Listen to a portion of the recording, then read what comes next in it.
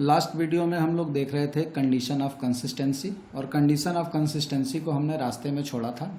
हालांकि condition of consistency पूरा complete था, बट उसमें एक केस जो था उस केस पे थोड़ा सा हमने बोला था कि नेक्स्ट वीडियो में हम लोग डिस्कस करेंगे। केस था क्या कि अगर डिटर्मिनेंट ऑफ ए भी जीरो हो जाए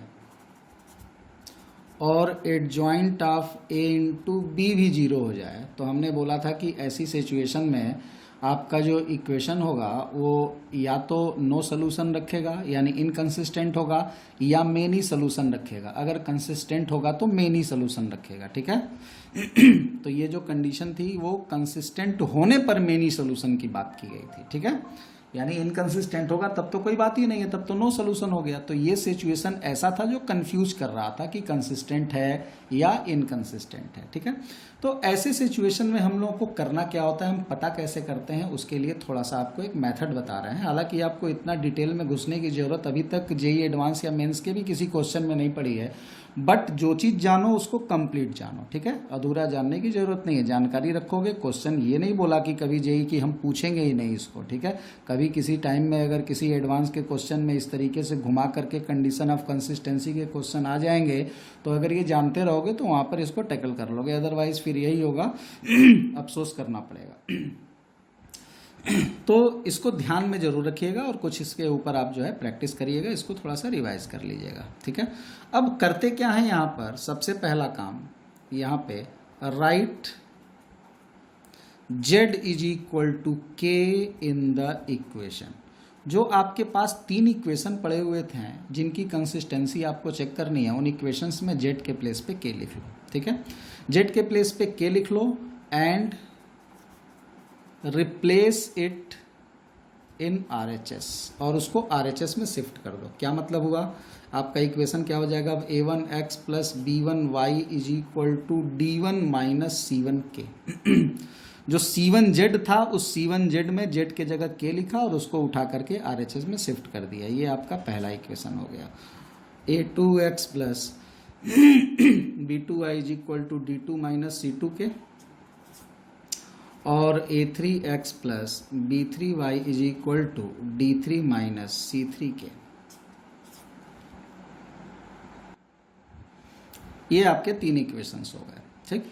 अब अपने पास जो इक्वेशन है उसमें एक थोड़ी देर के लिए दिमाग में से सब कुछ निकाल करके ये सोचो कि ये इक्वेशन अब तुम्हारे पास एक्स वाई फॉर्म में हो गया। बोलोगे सर के तो है, के को थोड़ी देर के लिए कांस्टेंट मान लो, के, इसीलिए हमने z बराबर के लिख दिया। z बराबर के लिखने का यही रीजन था, हम z भी लिख करके क्वेश्चन को बढ़ा सकते थे, बट इसमें अगर z रहता मौजूद तो तुम्हारे दिमाग में हमेशा ये रहता कि यार इसके अंदर x y z तीनों यानी तीन वेरिएबल है।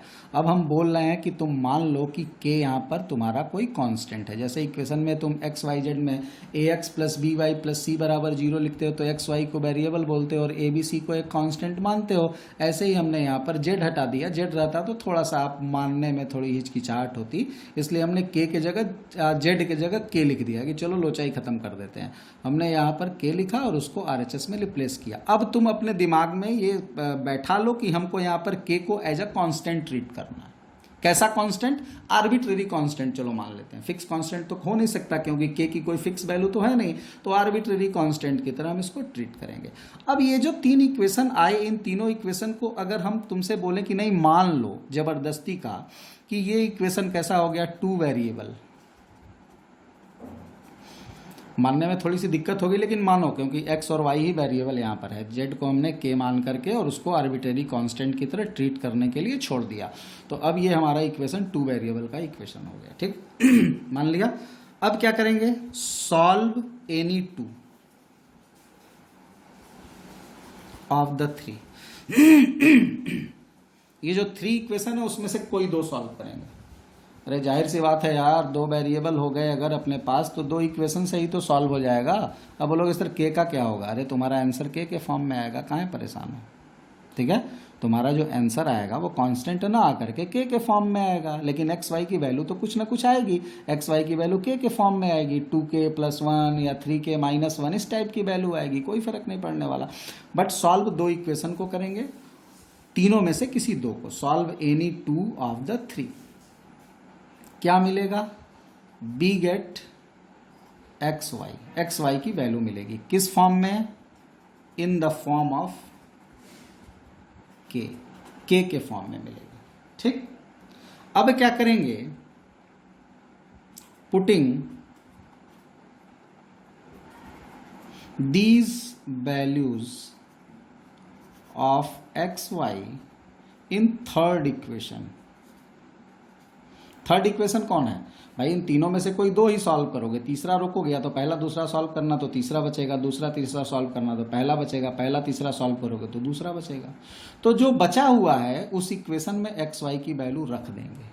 मान लो पहला दूसरा सॉल्व किए, पहले दूसरे को सॉल्व करके हम एक्स वाई की वैल्यू निकाले और जो एक्स वाई की वैल्यू के फॉर्म में आई उसको इस थर्ड इक्वेशन में रख दिए। ठीक, putting the value of X Y in third equation. If third equation satisfy by these values, then अगर ये एक्स वाई की जो वैल्यू तुमने रखी उससे सेटिस्फाई हो जाता है, देन तब हम बोलते हैं कंसिस्टेंट है। ठीक है, अदरवाइज क्या है, इन कंसिस्टेंट। समझ में बात आ गई। हमने क्या बताया था कि ये जो पॉइंट यहाँ पर हमने लिखा ये कंसिस्टेंट इनकंसिस्टेंट दोनों को शो कर सकता है। तो अब कंसिस्टेंट और इनकंसिस्टेंट कैसे चेक करोगे, तो हमने बता दिया, जेड की जगह के माना आरएचएस में शिफ्ट किया, उस दो वेरिएबल के लिए इक्वेशन सॉल्व करके एक्स वाई की वैल्यू निकलेगी, के फॉर्म में निकलेगी, उसको उठा करके इस थर्ड इक्वेशन में रख दिया। थर्ड इक्वेशन में रखने के बाद से हमको अगर थर्ड इक्वेशन उन दोनों वैल्यू से सेटिस्फाई हो जाता है तो हम बोलेंगे कि कंसिस्टेंट है, और नहीं सेटिस्फाई होता है तो बोलेंगे इनकंसिस्टेंट है। ठीक, अब यहाँ पर होगा क्या, ये देखो, हमने अगर बोला था कि कंसिस्टेंट होगा तो मेनी सोल्यूशन होंगे। ऐसा क्यों बोला था हमने कि कंसिस्टेंट होगा तो मेनी सोल्यूशन होंगे। यहाँ पर जो वैल्यू आएगी यहाँ पर जो वैल्यू आएगी एक्स की या वाई की या जेड की, वो के फॉर्म में आएगी। जेड को तो के माना ही था, एक्स और वाई की वैल्यू भी जो आएगी मान लो इस टाइप की आएगी, 2k+1 टाइप की आएगी, वाई की वैल्यू तुम्हारी 3k-1/2 टाइप की आएगी, जेड की वैल्यू के आई। तो ये जो वैल्यू आएगी एक्स वाई जेड की, वो के फॉर्म में जो वैल्यू आ रही है, तो के फॉर्म में वैल्यू आने का मतलब क्या हुआ, तुम के जगह 1 रख दो तो तीनों एक्स वाई जेड की कुछ वैल्यू आ जाएगी। हम ये मान के चल रहे हैं कि अगर ऐसा आएगा तो ठीक है, कंसिस्टेंट अगर हो गया, मान लो इन दोनों से एक्स वाई की वैल्यू के फॉर्म में आई और थर्ड को सेटिस्फाई कर दिया, तो एक्स वाई जेड की वैल्यू मान लो ऐसी ही आ गई। जेड को तो के माना था तो के ही रह जाएगा, एक्स वाई की जो वैल्यू आएगी वो ऐसे लिख लिया। अब यहाँ पर क्यों मेनी सोल्यूशन होता है कंसिस्टेंसी के कंडीशन में, क्योंकि यहाँ के जगह 1 रखोगे तो एक्स की वैल्यू कितनी हो जाएगी 3, वाई की वैल्यू अगर यहाँ 1 रखोगे तो 1 हो जाएगी, यहाँ जेड की वैल्यू भी 1 हो जाएगी। अगर के जगह 2 रखते हो तो ऐसी कंडीशन में एक्स की वैल्यू तुम्हारी 2 रखने पर 415 आ जाएगी, यहाँ 2 रखोगे तो 6 - 1 यानी 5/2 आ जाएगी वाई की वैल्यू, और जो जेड की वैल्यू आ जाएगी वो 2 आ जाएगी। तो इस तरीके से तुम देख रहे हो कि जो भी यहाँ के प्लेस पे तुम वैल्यू पुट करोगे रियल नंबर, उसके हिसाब से तुम्हारा एक्स वाई जेड का ढेर सारा वैल्यू मिलेगा। इसीलिए बोला जाता है कि इस कंडीशन में क्या मिलता है, मेनी सॉल्यूशंस मिलते हैं। तो ये कंडीशन ऑफ कंसिस्टेंसी का काफ़ी इंपॉर्टेंट पार्ट था।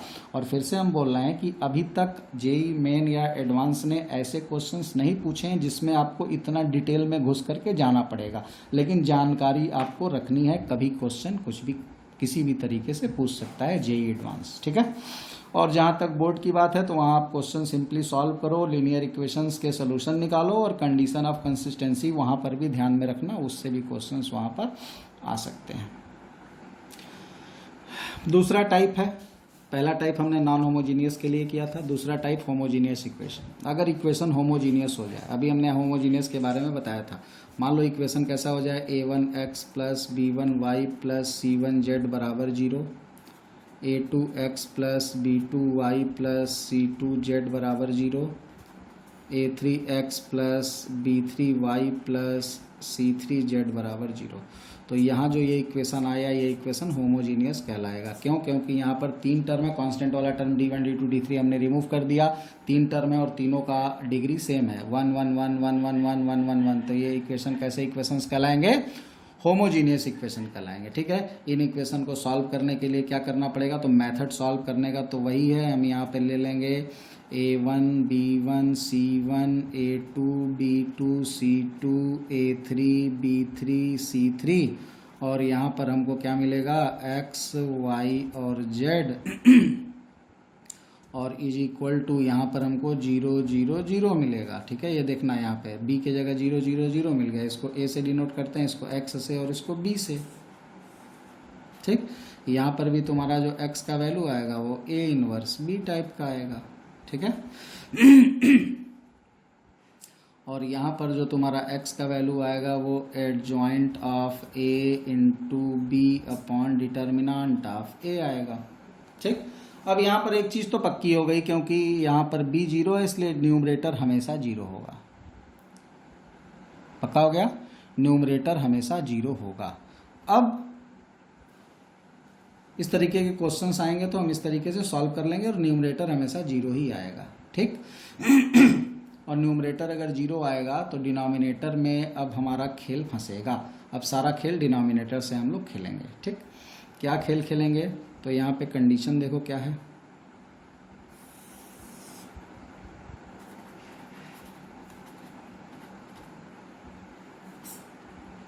कंसिस्टेंसी की कंडीशन। अगर डिटर्मिनेंट ऑफ ए 0 नहीं है, पहला पॉइंट, तो क्या होगा, अगर डिटर्मिनेंट ऑफ ए 0 नहीं है तो नीचे नॉन जीरो ऊपर 0, तो क्या होगा, देन वी गेट, क्या मिलेगा हमको, यूनिक सोल्यूशन। क्या मिलेगा, यूनिक सोल्यूशन। और सबसे बड़ी बात उस यूनिक सोल्यूशन की क्या होगी, न्यूमरेटर 0 डिनोमिनेटर नॉन जीरो, तो 0 बाई नॉन जीरो क्या होता है, 0 होता है। कैसा यूनिक सोल्यूशन मिलेगा, तो यहाँ पर जो यूनिक सोल्यूशन मिलेगा उसमें x की, y की और z की तीनों की वैल्यू 0 होगी। ठीक है, और इसको हम लोग यहाँ इस चैप्टर मैट्रिक्स में किस नाम से बोलते हैं, इसको कहते हैं कॉल्ड ट्रेवियल सोल्यूशन। क्या बोलते हैं, ट्रेवियल सोल्यूशन, या एक नाम और इसको देते हैं जीरो सोल्यूशन। ठीक है, कभी भी अगर आपसे पूछे कि ट्रेवियल सोल्यूशन की कंडीशन क्या है, तो ट्रेवियल सोल्यूशन की कंडीशन है कि determinant of A not equal to 0। Trivial solution यानी तीनों रिजल्ट 0। ट्रेवियल सोल्यूशन का मतलब तीनों रिजल्ट 0, एक्स वाई जेड तीनों की वैल्यू 0 आ गई। और एक्स वाई जेड तीनों की वैल्यू 0 आती कब है, होमोजीनियस इक्वेशन में आती है। कब, जब डिटर्मिनेंट, जब एक्स में यहाँ adjoint of A into B, ये तो कन्फर्म है कि हर क्वेश्चन में हमेशा 0 ही रहेगा, क्योंकि बी 0 है और किसी नल मैट्रिक्स में किसी भी मैट्रिक्स से मल्टीप्लाई करोगे तो 0 आएगा। अब नीचे वाला अगर नॉन जीरो है तो 0 अपॉन नॉन जीरो, तो वैल्यू हमेशा 0 ही मिलेगी। तो ऐसी सिचुएशन में इसको कहा जाता है ट्रेवियल सोल्यूशन। अब यहां पर बात करते हैं अगली कंडीशन की।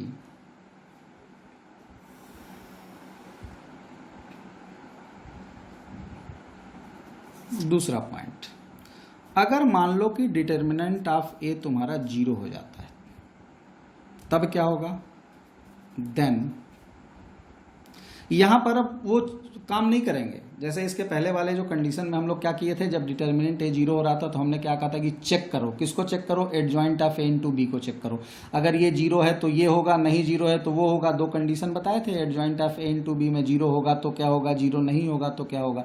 यहाँ पर तो adjoint of A into B तुम्हें चेक करने की जरूरत है ही नहीं है यार, ये तो 0 ही है, ये तो नॉन जीरो की कंडीशन ही नहीं है। यानी जब नीचे वाला 0 हो गया तो ये फॉर्म कौन सा हो जाएगा, अपने आप 0/0 का फॉर्म हो जाएगा। और 0/0 का फॉर्म हो जाता है तो आपको पता है क्या होता है, डिफाइंड हो भी सकता है और नहीं भी हो सकता है, यानी कंसिस्टेंट हो भी सकता है और नहीं भी हो सकता है। कैसे पता करेंगे कंसिस्टेंट है या नहीं, तो फिर वही काम, जेड के जगह के रखेंगे, RHS में शिफ्ट करेंगे, दो इक्वेशन सॉल्व करेंगे, एक्स वाई की वैल्यू आएगी, उसको थर्ड इक्वेशन में पुट करेंगे। थर्ड इक्वेशन अगर उससे सेटिस्फाई हो जाएगा यानी कंसिस्टेंट है, नहीं सेटिस्फाई होगा तो इनकंसिस्टेंट है। ठीक है, तो यहां पर डिटर्मिनेंट ऑफ ए अगर 0 होगा, देन इफ कंसिस्टेंट, अगर कंसिस्टेंट हुआ तब देन हैव मेनी सॉल्यूशन, या इसको इनफाइनाइट सोल्यूशन भी कहते हैं। मेनी सोल्यूशन का मतलब इनफाइनाइट सोल्यूशन, बहुत ढेर सारे सोल्यूशन मिलेंगे, infinitely many solution. Infinite solution की कंडीशन क्या हो गई, determinant of A is equal to 0, या मेनी सोल्यूशन की कंडीशन क्या हो गई, determinant of A is equal to 0, ठीक है। और इसका नाम एक और होता है नॉन जीरो सोल्यूशन, ठीक है। यानी आपसे बोले कि ऐसी कौन सी कंडीशन है कि नॉन जीरो सोल्यूशन मिलेगा, होमोजीनियस इक्वेशन। तो homogeneous equation non zero solution कब देता है, जब डिटर्मिनेंट ए जीरो होता है। इनफाइनाइट सोल्यूशन कब देता है, जब डिटर्मिनेंट ए जीरो होता है। या मेनी सोल्यूशन कब देता है, जब डिटर्मिनेंट ए जीरो होता है। और यूनिक सोल्यूशन कब देता है, यूनिक सोल्यूशन या ट्रेवियल सोल्यूशन, जब डिटर्मिनेंट ए जीरो नहीं होता है। इसका एक नाम और है नॉन ट्रेवियल सोल्यूशन, इसका एक नाम और है नॉन ट्रेवियल सोल्यूशन। तो इन सभी नामों से क्वेश्चन पूछा जाता है, many solution, infinite solution, non zero solution, non trivial solution, किसी भी नाम से पूछेगा कंडीशन हमेशा यही अप्लाई होगी। और कंसिस्टेंट अगर नहीं है, इफ इनकंसिस्टेंट, तो तब तो बात ही अलग है, देन नो सोल्यूशन, ठीक है। यानी नो सोल्यूशन का भी यही कंडीशन है, नो सोल्यूशन का भी यही कंडीशन है, नॉन ट्रेवियल का भी यही कंडीशन है, नॉन जीरो का भी यही कंडीशन है, इनफाइनाइट सोल्यूशन का भी यही कंडीशन है। और यूनिक सोल्यूशन या ट्रेवियल सोल्यूशन या जीरो सोल्यूशन का ये कंडीशन है, determinant of A is not equal to 0। तो कंडीशन ऑफ कंसिस्टेंसी को बहुत कायदे से डिटेल में समझ करके आप रखेंगे, ठीक है। अब हम लोग इस पर थोड़ा क्वेश्चन करते हैं। जैसे ये एग्जाम्पल लिखा हुआ है, इस एग्जाम्पल में कह रहा है कि आपको ये 3 इक्वेशन दिए हुए हैं। कैसे इक्वेशन है, तो होमोजीनियस इक्वेशन है, क्योंकि यहाँ पे जो कांस्टेंट टर्म है वो तीनों 0 0 0 के फॉर्म में लिखा हुआ है। यहाँ लैम्डा एक आर्बिट्रेरी कांस्टेंट दिखाई दे रहा है XYZ के अलावा। कह रहा है कि लैम्डा की कौन सी वैल्यू होगी कि इक्वेशन का नॉन जीरो सोल्यूशन होगा।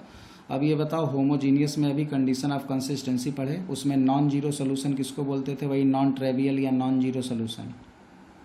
नॉन जीरो सोल्यूशन या नॉन ट्रेवियल सोल्यूशन या इनफाइनाइट सोल्यूशन या नो सोल्यूशन, सबके लिए क्या कंडीशन थी, कंडीशन थी determinant of A is equal to 0।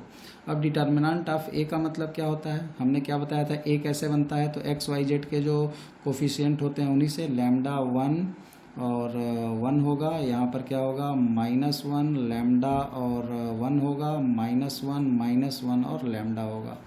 ये 0 होना चाहिए, ये अगर 0 होगा तो नॉन जीरो सोल्यूशन होगा। और इससे हम लैम्डा की वैल्यू निकाल लेते हैं। तो इसको सॉल्व करेंगे तो आप डिटर्मिनेंट सॉल्व करने को जानते हो, क्या होगा लैम्डा, और इधर हो जाएगा लैम्डा स्क्वायर -1, फिर ये 1 लेंगे तो माइनस हो जाएगा, और यहाँ पे क्या हो जाएगा माइनस लैम्डा +1, और फिर +1 ले लेंगे तो क्या हो जाएगा 1 plus lambda, 1 plus lambda is equal to 0। अब इसको सॉल्व करेंगे तो ये क्या हो जाएगा lambda cube minus lambda plus lambda -1 +1 plus lambda is equal to 0। 1 1 cut गया, लैम्डा लैम्डा कट गया, बच गया लैम्डा इस cube plus lambda is equal to 0। यहाँ से हमको क्या मिलेगा, यहाँ से लैम्डा कॉमन ले लो तो lambda square +1 is equal to 0। अब लैम्डा की वैल्यू 0 हो गई, लैम्डा की वैल्यू 0 हो गई, क्योंकि ये तो 0 होगा नहीं, चूँकि lambda square +1 not equal to 0, तो लैम्डा की वैल्यू क्या आ गई 0। यानी लैम्डा जब 0 होगा तो इस इक्वेशन के क्या होंगे, नॉन जीरो सोल्यूशन होंगे या नॉन ट्रेवियल सोल्यूशन होंगे। इस तरह के क्वेश्चन जेई में पूछे जाते हैं, एडवांस और मेंस दोनों में। और ये एग्जाम्पल खुद भी जेई का ही एग्जाम्पल है। अब अगला एग्जाम्पल देखो, एक ये भी बिल्कुल सेम यही एग्जाम्पल है। सिस्टम ऑफ इक्वेशन, ये नॉन जीरो सोल्यूशन कब रखेगा, तो इक्वेशन होमोजीनियस है, सीधे सीधे इसका सोल्यूशन क्या होगा, नॉन जीरो सोल्यूशन के लिए determinant of A is equal to 0 होगा। पढ़ के देख लो क्वेश्चन को, तो यहाँ पर वैल्यू क्या हो जाएगी 1 माइनस के -1 के -1 और 1 1 -1। ये डिटर्मिनेंट को 0 के बराबर कर देंगे। इसको सॉल्व करने पर जो के की वैल्यू आएगी वही हमारे इस क्वेश्चन का रिजल्ट हो जाएगा, इसको सॉल्व करने पर। तो इस तरीके के क्वेश्चंस हम लोग और भी इस तरह से करते रहें।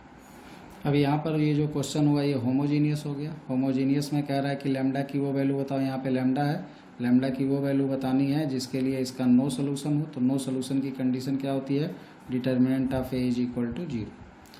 अब determinant of A is equal to 0 होता है इसका, डिटर्मिनेंट ऑफ ए कितना हो जाएगा तो 2 माइनस 1 2, 1 माइनस 2 1, 1 1 और लैम्डा।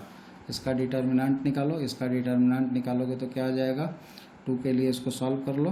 तो क्या करेंगे, इसको 2 और इधर हो जाएगा माइनस 2 लैम्डा माइनस 1 और फिर प्लस 1 हो जाएगा ये, और इसका रो कॉलम छोड़ देंगे तो लैम्डा माइनस 1 और फिर यहाँ पे प्लस 2 हो जाएगा और ये हो जाएगा 1 प्लस 2 इज इक्वल टू 0। ये कितना हो गया, minus 4 lambda minus 2 plus lambda minus 1 plus 3 2 जा 6 इज इक्वल टू 0। यहाँ से कितना हो गया, माइनस 3 लैम्डा और ये तुम्हारा plus 3 is equal to 0। Lambda की वैल्यू कितनी आ गई, 1 आ गई। ठीक है, क्या हो गया, लैम्डा इज इक्वल टू 1 के लिए इस इक्वेशन का नो सोल्यूशन होगा। ठीक, तो इस तरीके से हम लोग इतना केवल ध्यान रख सकते हैं कि लैम्डा इज इक्वल टू 0 और नॉट इक्वल टू 0 करके हम लैम्डा की वैल्यू इस तरीके से निकालते चले जाएंगे। थोड़ा सा हम यहाँ पे आपको क्रेमर रूल भी बताएंगे, उसके बाद इसके अंदर और भी निखार आएगा थोड़ा, दो अप्रोच आपको मिलेंगे। तो अभी आप जेई के पेपर क्वेश्चन बैंक उठा करके और इस तरीके के जितने भी क्वेश्चंस उसमें मिल रहे हैं उनको करते जाइए, और जिन क्वेश्चंस में भी आपको किसी तरीके का डाउट हो रहा है वो डाउट सेशन में आप उसको डिस्कस कर सकते हैं। ठीक है, तो इतना रिवाइज करके रखिए।